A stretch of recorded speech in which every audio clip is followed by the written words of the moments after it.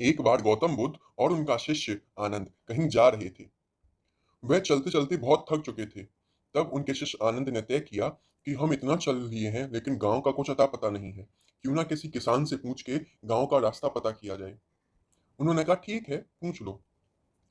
उनके शिष्य आनंद ने एक किसान से पूछा, भैया यहाँ से गांव कितनी दूर और है? वह किसान बोला, आप बस पहुंच ही गए समझो, सिर्फ यहाँ से 2 किलोमीटर दूर है, बस आने ही वाला है। उन्होंने कहा ठीक है। ऐसे करके वो चलते गए और 2 किलोमीटर की जगह 3 किलोमीटर पार हो गए। तब उनका शिष्य आनंद बहुत थककर बोलता है, गुरुदेव, हमने तो 3 किलोमीटर पार कर लिए, लेकिन अभी तक गांव का तो कुछ अता पता नहीं है, कहीं हम रास्ता तो नहीं भटक गए। तब वहीं से एक माता जी जा रही थी। उनके शिष्य आनंद ने कहा कि क्यों ना इन माता जी से पूछते हैं।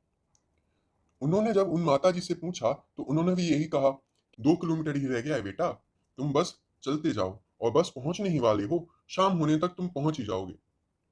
गुरुदेव उन माता जी को देखकर मुस्कुरा दिए और वो माता जी भी मुस्कुरा दी। आनंद ये सब देख रहा था, उसकी कुछ समझ नहीं आ रहा था। वो फिर 2 किलोमीटर चलते गए। अब शाम होने को थी।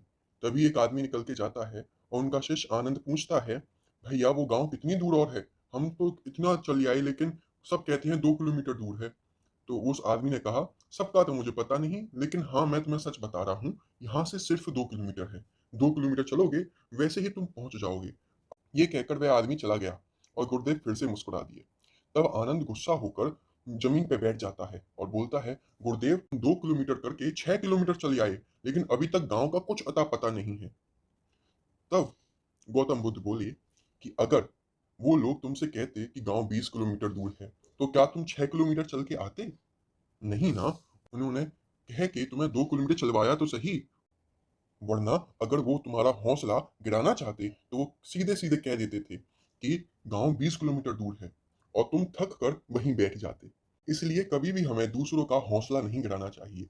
हमें हमेशा उनको आगे बढ़ने के लिए प्रेरित करना चाहिए, क्योंकि अगले ही पग पे मंजिल होती है। और इन गांव वालों से गौतम बुद्ध ने ही कहा था कि कोई भी आए और गांव का रास्ता पूछे तो उससे 2 किलोमीटर ही कहना, ताकि वो 20 किलोमीटर का रास्ता ऐसे ही पार कर जाए। तो कैसी लगी आपको आज की कहानी? अगर अच्छी लगी हो तो